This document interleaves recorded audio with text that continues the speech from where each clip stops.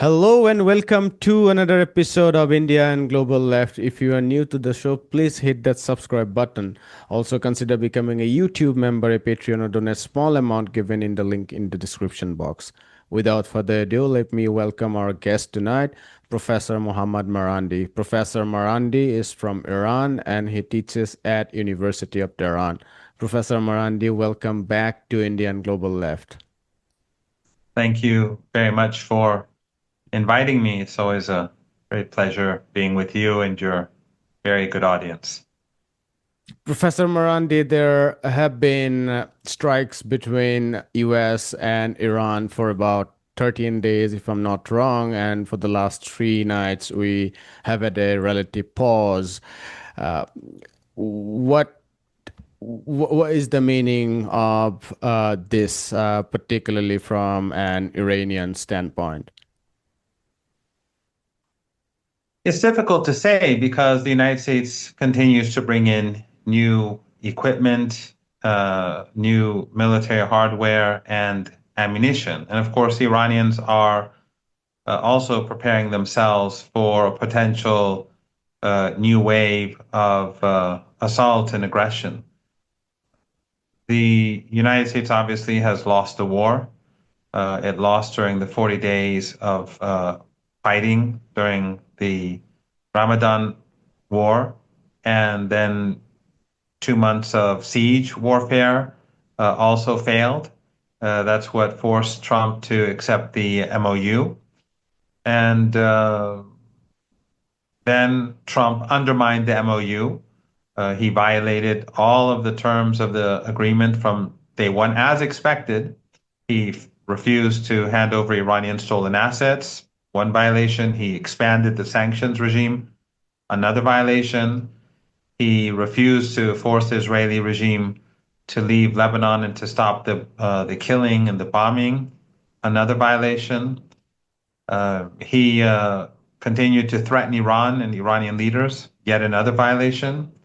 And then he violated Article 5, which was basically the article which said that during the period of the MOU, Iran would manage the Strait of Hormuz and normalize trade, Iran and Iran alone. But then the United States conspired with Saudi Arabia, the Emirates, and Kuwait, three countries that helped them wage war against the Iranian people, and created a U.S. corridor to the south.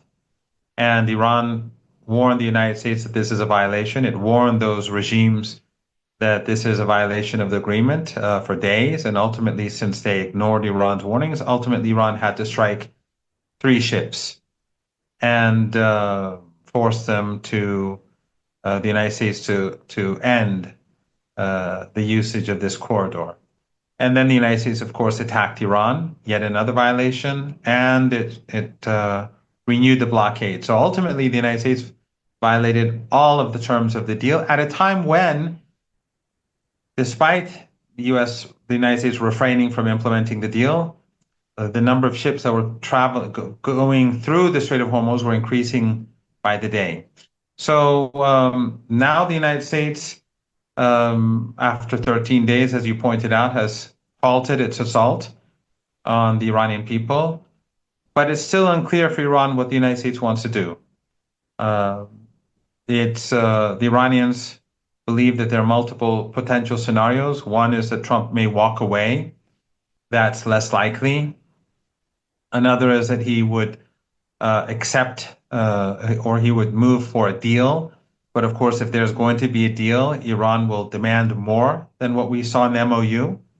The MOU is no longer enough for Iran. There's a chance that he will renew the attacks like we saw before, which again seems somewhat unlikely. But what is quite likely is that he will expand the war. Now, whether that means heavy airstrikes across the country and targeting critical civilian infrastructure, or a land operation, or a combination of both, that remains unclear, but that's what the Iranians are preparing for. The oil prices rose up as the strikes began, and it is happening at a time when the reserves are at historic low, both for the United States and in other parts of the world. Um, we are also having additional economic problems with El Nino across the Indian Ocean from Africa to East and Southeast Asia, heat waves in Europe, all of which means that agriculture prices are shooting up. And economists are saying that economic constraints on the Trump regime are so high that it is almost impossible for them to go on a full scale war for too long. Others are saying that the Trump administration might be playing this cat and mouse game of striking and then halting, pretending to be on talks and then continuing, and this may go on for too long. What is your sense? Do you see a permanent end of hostility, or do you think that this sort of strikes followed by talks, followed by strikes, should go on for a while now? It's unclear.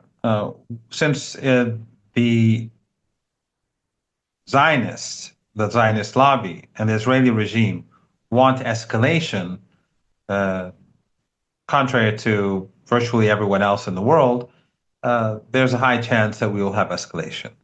And if you add to that Trump's ego, then the chances seem pretty high. That doesn't mean it will happen, but the talk right now in the media that the United States is running out of missiles and interceptors and that sort of thing. In Iran, they do not uh, see that as a reason why the United States or Trump would move towards de-escalation. Because after all, this is Trump. He is not predictable. He is not normal. His regime is abnormal. The United States has always been an abnormal regime. It's exceptionalist. It considers itself above law and morality. But in the case of Trump, it's, I think, uh, even worse than under previous presidents. So the Iranians are, as I said before, they're prepared for the worst. Uh, it is true that global shortages are rising, especially now that the Saudis have provoked Yemen by bombing Sana'a International Airport and pushing Yemen to retaliate. Uh, that is making the global energy crisis even worse because Yemen has shut the Red Sea to Saudi oil exports, especially the Bab el-Mandab Strait. And we've seen that in retaliation to Saudi strikes, Yemen has been targeting Saudi refineries and oil installations. And so global oil shortages are going to be rising more rapidly than before. Uh, of course, the United States continues to manipulate the price of oil, but at some point when the oil finishes, manipulation is not going to work. And we seem to be pretty close to that phase. We've had 5 months of growing shortages, except for a couple of weeks when the MOU was being implemented. And now those shortages are again growing, but at an even more rapid pace. And of course, added to all that is what you alluded to, the fertilizer issue, helium, and all other petrochemical products that are, as well as LNG, that are no longer being exported from the Persian Gulf region. So the world is entering a very, very dangerous phase. Every day that this continues, it's going to be more catastrophic, literally, for the world and for the US economy.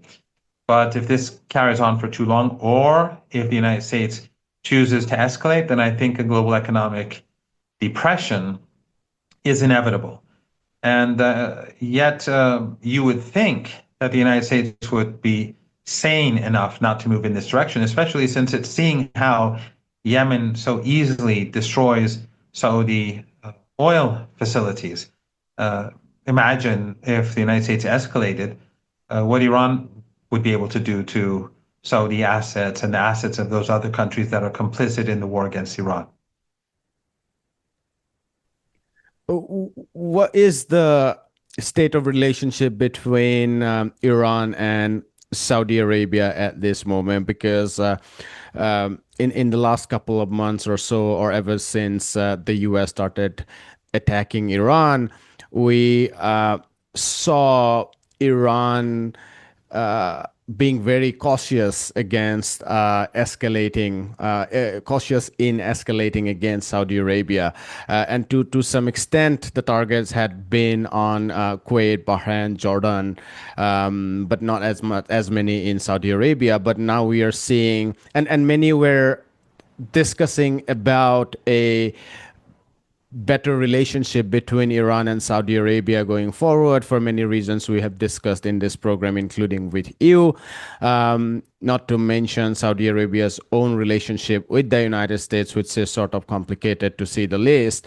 And yet now we are seeing Saudi being a more direct part of this escalation, whether talking or thinking about reports of Iraqi groups attacking through drones in Saudi Arabia, which are reported, and also what some are saying as a renewal of the civil war in Yemen. Basically, some experts are saying that with UAE becoming weaker in their support of the southern separatist movement, Saudi Arabia is pushing harder for the so-called internationally recognized government, and Houthis, Ansari Allah, is pushing back against it. So many are saying that this is basically Yemen's internal civil war that has activated the Red Sea now, which also means that that is not directly related to the U.S.-Iran conflict, but others are saying that this has a regional component. So I wanted to ask you about your thoughts on the relationship between Iran and Saudi Arabia going forward in this sort of regional complexities, if you like. Well, first I'd have to point out that the Iraqi resistance has said that they did not carry out any strikes on Saudi Arabia, and the Yemeni armed forces and Ansarullah have claimed responsibility. So I think that we should assume that Yemen carried out those strikes, and of course they are in retaliation to Saudi aggression and years of Saudi siege. In fact, there really isn't a civil war in Yemen uh, in the traditional sense. What the Saudis are doing is that they are funding proxies. They and the Emirates for many years were supporting proxies, paying private armies to fight against many foreign mercenaries to fight against Ansarullah and the Yemeni armed forces during the over a decade now, and they failed. So even the Saudis and the Emirates, at the height of their hostility towards Yemen, they failed to take the capital, and 80% of the population of Yemen has been living under the government in the capital, Sana'a, for well over a decade now. Yet the only reason why this is not the so-called internationally recognized government of Yemen is because of Saudi money and Emirati money and the support of the West. And so that so-called internationally recognized government only exists in the Saudi capital, and on the ground it has very little clout anywhere. The reason why this conflict has been renewed is that the Saudis refuse to remove the siege on Yemeni citizens. And they're trying to starve women and children, and they've been doing it for many years. Their genocidal war, which began over a decade ago and was supported by the West and regional countries, all the countries in the region were supporting it, except for Iran, of course, including Qatar and Turkey. until Saudi Arabia and the Emirates moved against Qatar, and then Qatar and Turkey tilted away from the genocide. Um, this during these years, Yemen has been under siege, and ordinary people have been starved. Many hundreds of thousands of people in Yemen died because of the war waged against them, and many of them died out of starvation. The American Navy in the Red Sea helped bring about the starvation. They would block ships from entering ports. A former U.S. Officer or official once said that I heard him say that he was on a ship, a naval ship in the Red Sea when they stopped the ship that was smuggling medicine into Yemen, and the Americans dumped all the medicine into the sea. That is what they did to Yemen. So this is not a civil war. This is a war of aggression against the people of Yemen. And so Yemen has been warning the Saudis to end the siege. And then what happened was that Iran sent a plane to Sana'a, the capital of Yemen, Sana'a International Airport, to pick up a delegation for Ayatollah Khamenei's funeral. And the Saudis apparently wanted to bomb the airport. The Yemeni air defenses blocked them. But then on the way back, when they wanted to bring the delegation back home, the Saudis bombed the airport. And this was a civilian aircraft with a civilian crew, men and women. And that outraged Iran, but it was an act of war against the people of Yemen. So Yemen began retaliating and saying that the Saudi regime must end the siege on the people of Yemen. So this is not an internal issue for Yemen. This is an issue of aggression against the people of Yemen. And, the Saudis ended the genocidal war when Yemen began to strike Saudi oil assets. Now Yemen is much stronger than it was back then, and it's extraordinary how foolish the Saudi regime was in provoking the people of Yemen by bombing the international airport. So they brought it upon themselves. But Yemen was very smart. This was also a very good opportunity for them to put pressure on the Saudis because the Strait of Hormuz was closed. The Strait of Hormuz being closed forced the Saudi regime to be completely reliant on the Red Sea for oil exports. And so that gave Yemen more leverage to end the siege on their people, on women and children. And so they blocked the strait to Saudi oil tankers. And then, of course, after the Saudis began bombing Al Hodeidah, they began striking Saudi oil installations. If this continues, it's not going to go well for the Saudis. They've tried to destroy Yemen and the government in Yemen for well over a decade, and they failed. Today, the situation is no better.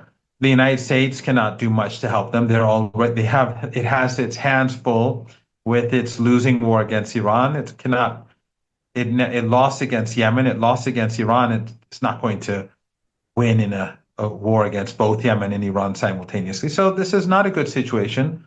But Saudi Arabia is a country that doesn't have a great deal of sovereignty. We've seen how Trump has humiliated Mohammed bin Salman a few weeks ago when he said that in front of from my understanding, an audience full of Saudis. He said that Mohammed bin Salman can kiss him in the behind. And then more recently, the Americans announced a nuclear deal with Saudi Arabia. Then at the last moment, Trump said they have to recognize it, the Israeli regime, before they're allowed to have this nuclear program. This sort of humiliation is not something that a sovereign country would accept. But Saudi Arabia has basically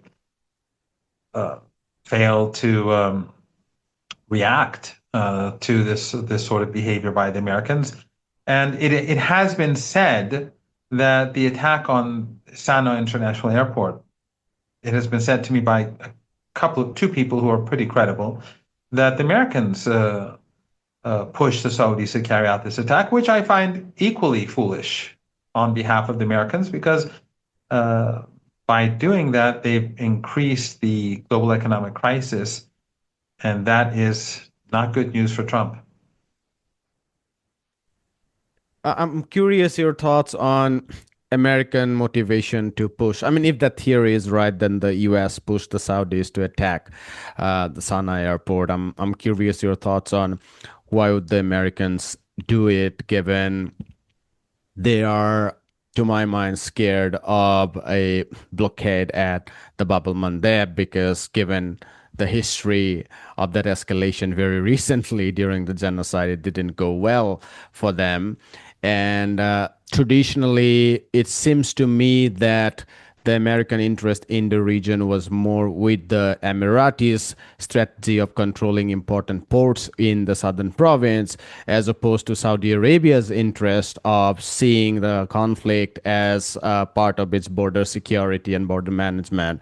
And so it seems to me that Saudi Arabia has a motivation to escalate the conflict at this point in time, and I can see. Uh, I mean, one way is to say that the Saudi would like to do that because it foolishly probably thinks that it wants to stop Iranian influence in the region.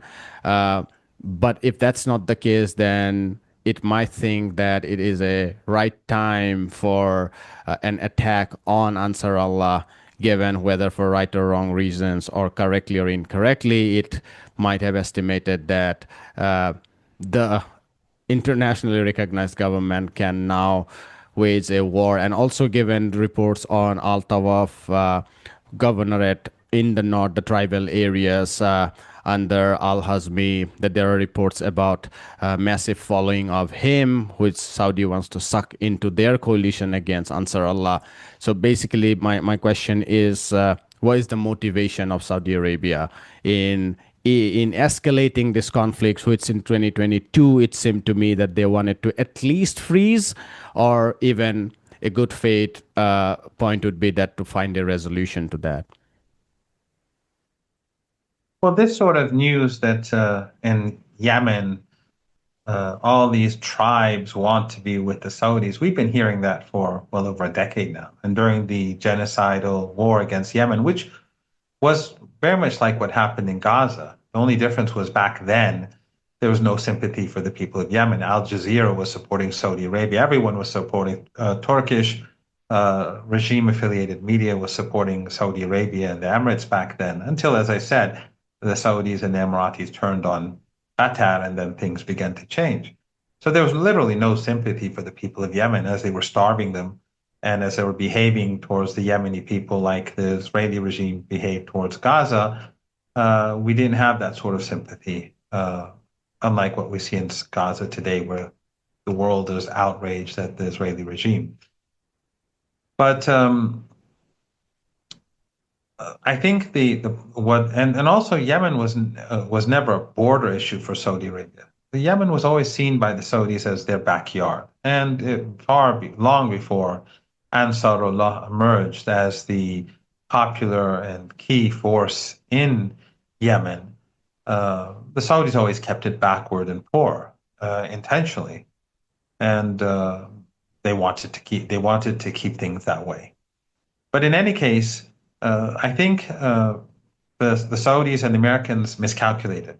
They thought that they should prevent the Iranians from being able to break the siege, because if Iranian planes succeeded in landing and then going back and forth, then that would be the first stage and the collapse of the siege on the people of Yemen. So they thought that they should prevent this from starting. But their major miscalculation was not understanding how determined Yemen was to end the blockade. And the Saudis gave them good reason to strike back by carrying out this act of war. So it was a major miscalculation by the Americans and the Saudis, assuming that the Americans were the force behind this attack. So the belief was that Yemen would not do much. They would condemn Saudi Arabia for preserving the siege, but then things would go back to normal.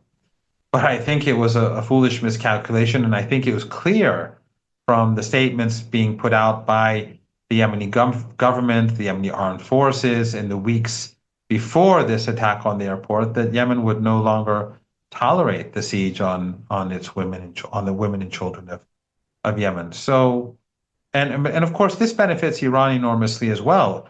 The closure of the Strait of Hormuz benefits Yemen, as I said. It creates more leverage for them when they block Saudi oil exports. But also it's the opposite is true as well, as Iran is in this siege warfare again with the United States. The United States blocking one side and the Iranians blocking the other. This closure to Saudi energy exports gives Iran greater leverage against the United States. So the closure of the Strait of Hormuz gives greater leverage to Yemen over Saudi Arabia, and the closure of the Bab al-Mandab Strait and the strikes on Saudi energy installations gives more leverage to Iran in the Strait of Hormuz against the United States. So effectively, it is a joint strategy of Iran and Yemen on one hand, and Saudi Arabia and United States on the other hand. We can also think of the Emiratis, of course, even though at this point in time they seem to be at the background as far as the Yemen picture is concerned. Using oil as a leverage for conflict, we also have Ukraine, and the Kiev regime blew up an Iranian merchant ship in the Caspian Sea, and there have been really fair bit of escalation of rhetoric on both Iran and Ukraine against each other, and that also draws in Russia and United States, or Russia and NATO.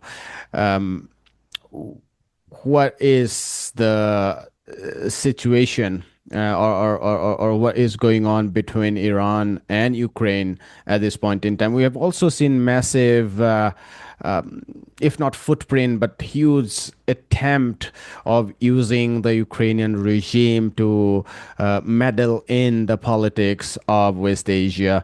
There are reports about Ukrainian cells using or attacking Iraqi government officials and buildings recently. I'm not sure if you have heard about that. Iraqi spokespersons have said that there needs to be more investigation, but preliminary investigation says that Ukrainian cells have been used.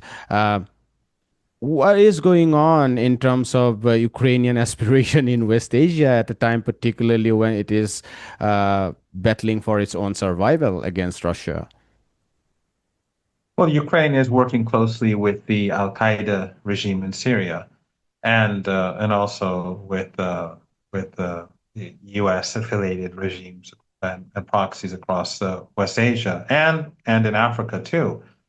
But the attack on the Iranian ship, which was a privately owned ship, and it was not actually carrying weapons, the crew of the ship after it was struck, they took footage of the attack where one crew member was murdered, and they showed that the ship was not containing anything that had to do with the military. Even if it did, it would have been an illegal strike. But in any case, it shows that the Ukrainian and Western media narrative is fake. But it's clear that Ukraine could not have struck the ship without U.S. intelligence. This was an operation carried out with the support of the CIA. Your NATO countries do not have that capability. It's the United States that has this capability. And the United States has been assisting Ukraine in targeting assets across Russia, installations across Russia, whether energy targets that have to do with the energy sector, or whether it's other civilian targets. So the Iranians see this as a Zelensky, the CIA strike against the country, and the Iranians have said that they will retaliate. Now, how will the Iranians retaliate? That remains to be seen.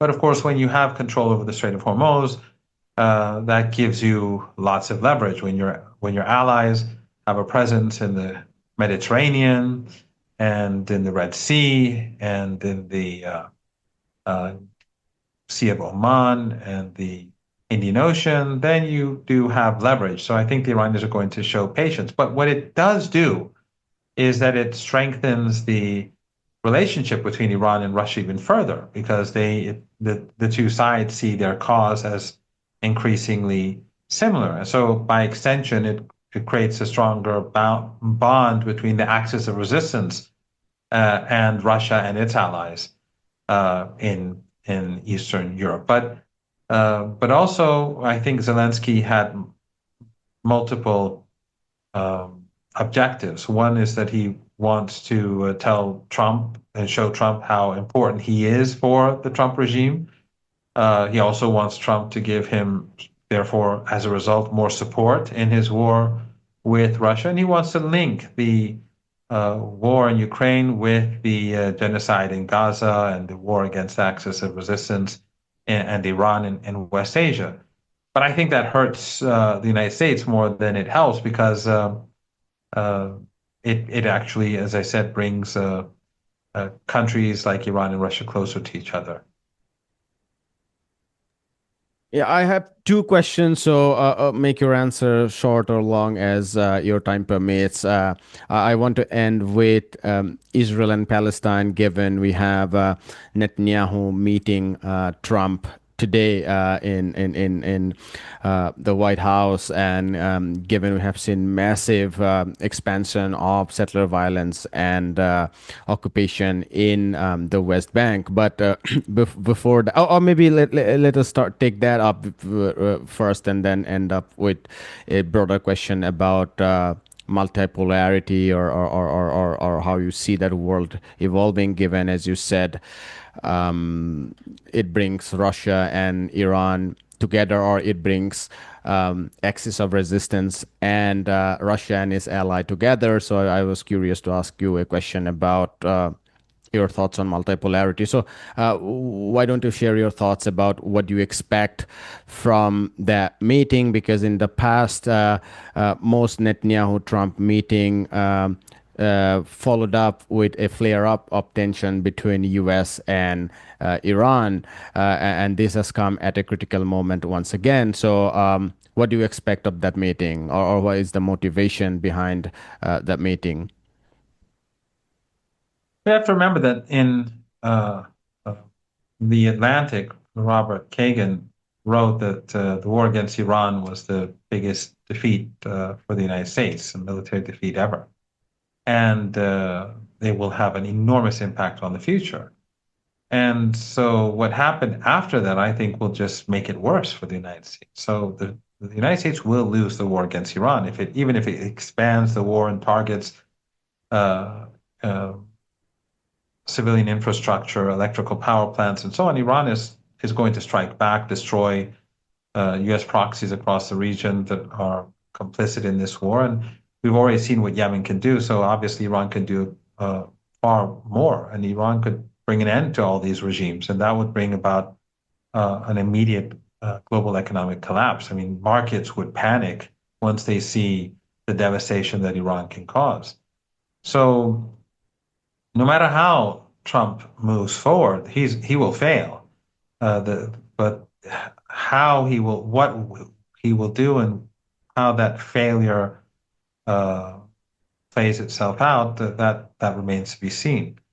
So I think we're already, thanks to the resilience and the resistance of the Iranian people and the axis of resistance, we're already seeing uh, the, uh, the collapse of the empire uh, taking place much more rapidly than before.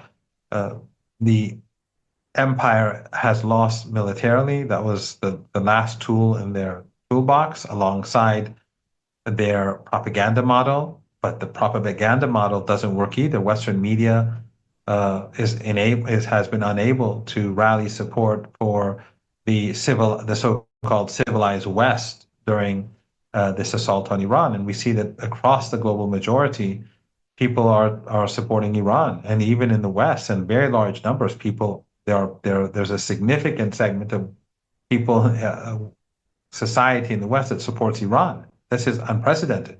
So it shows that militarily speaking, and they failed. Propaganda-wise, they failed. And economically, things are going downhill for the United States and the West very rapidly. And the world is going to blame Trump, Netanyahu, and the Zionists for the economic uh, uh, pain that they're experiencing, and in future probably much greater pain that they will be experiencing. So that is all of this combined, I think, is catastrophic for the Western Empire. Will bring an end to it much faster than we had uh, assumed this would happen.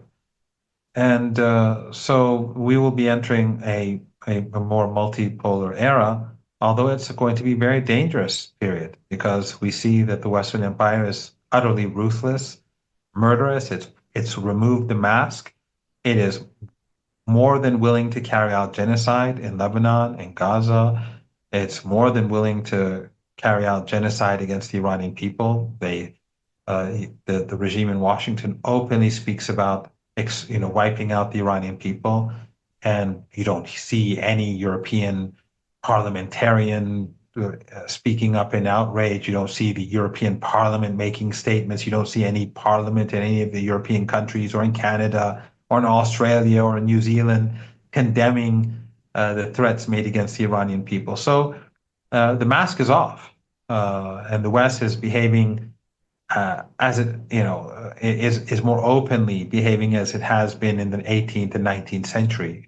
Brutal and ruthless colonization and mass slaughter.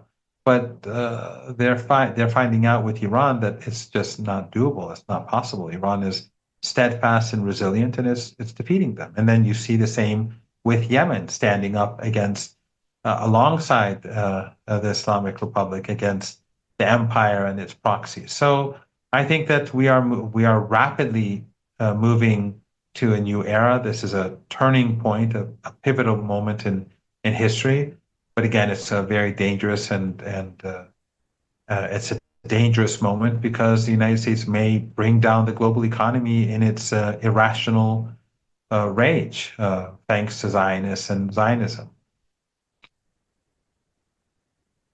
Just a final note on the emerging multipolar world, which involves, as you say, a dangerous world because we're really seeing a last-ditch attempt of saving imperialism on one hand, and on the other hand, we are seeing a really very extensive network of resistance against imperialism coming together. We've seen North Korean forces fighting with Russia in or against NATO forces in Ukraine. We are seeing a very close relationship between Russia and Iran. China, Russia are strengthening their hands in their struggle against American seas and American attack in really across East Asia and Eurasia. And then there are countries which are not necessarily part of the security struggle, or maybe they are, but they are also joining hands with these forces. I'm thinking about very close relations, economic relationship emerging between Brazil and China at this point in time. Even Brazil beating the United States in export of soy, beef, and many other agriculture products. I mean, the U.S. finds it very hard to find themselves at number two after Brazil in a lot of commodities, agricultural commodities that traditionally they have been dominant in terms of export. How different or similar is it from the Cold War struggle against imperialism, or that moment of struggle for decolonization? We saw Soviet Union giving a kind of leadership to national liberation movements across the world, from Angola to Algeria to Indochina. But of course, those were national liberation movements. We are seeing something similar, but of course, we don't see a sort of one leadership like the Soviet Union. We are seeing different nations connecting to resist against imperialism. Just wanted to ask you, what are the similarities or uniqueness and differences you see from the previous Cold War years in terms of struggle against imperialism? Well, I think there's a major difference. The revolution in Iran, the Islamic Revolution, was a revolution which believed that Iran should be independent from both blocs, and that both blocs were hegemonic in a negative way. Um, Soviet Union, we saw what it did in Afghanistan, and it had many problems that I don't think we need to get into. I don't think there's much debate over the nature of Soviet rule. But it did have an advantage that, in the sense that once it collapsed, it allowed the United States to become the global hegemon, and resistance against the United States really was left to Iran. Remember, back then Iran was the uh, axis of evil, and so uh, China was still weak back then. It was just beginning to emerge. The Soviet Union had collapsed. Russia was struggling for many years, and Russia and China, let's say, over the last decade, have begun to really emerge as great powers. So for a period of time, the United States was really focusing on destroying Iran. And Iran, during that period, it was, even while it was under siege, it was supporting liberation movements across the world, in Cuba, in Venezuela, in in apartheid South Africa. Iran was supporting the resistance. Um, in Bosnia, Iran, literally it was Iran that saved the Bosnian people, and of course Palestine first and foremost. And that is the real reason why Iran is so deeply despised by Western elites. It's because Iran is opposed to ethnic cleansing, genocide, apartheid in Palestine, and the colonization of the land. So Iran's model of resistance was different than Soviet Union. Iran never planted its flag on other countries. It never opened bases elsewhere. Its support went beyond uh, um, religious similarities or ideology. Cuba was communist, but Iran saw it as a victim. Um, so I think the Iran's ideology, it stems from, of course, thousands of years of heritage, but Islam, and in particular Shia Islam, which sees the struggle against the oppressor and the hegemon as something that is necessary, and supporting the oppressed and the deprived as something that is compulsory in accordance with religion, and that's why Iran is not tolerated by the United States. So I'm not saying that the Soviet Union, everything about the Soviet Union was negative, but the two blocs were rivals against one another, and the Iranians believed that their way was different, and that's why when the United States was supporting Saddam Hussein and the West was giving him chemical weapons to use against the Iranian people, the Soviet Union was also assisting Saddam Hussein. It wasn't as if the Soviet Union was neutral. They too were tilting towards Saddam Hussein. And of course, in Afghanistan, Iran was supporting the resistance against the occupation. The difference between Iran and the West, of course, was that the West was supporting Wahhabism and Salafi, Takfiri groups, extremists, and Iran was supporting the indigenous resistance. The West was supporting Saudi ideology being expanded, thus leading to the rise of Al Qaeda and later ISIS and other such groups. Iran was supporting groups that were Afghan and that wanted their country to be liberated. But because of the immense amount of money that the West was putting into Afghanistan, obviously those groups that were affiliated to the United States and to the their proxies, they gained the upper hand. But Iran was opposed to the occupation, and Iran was a victim of the Soviet Union supporting Saddam Hussein alongside the United States and the Europeans. Yeah, it would be very interesting going forward.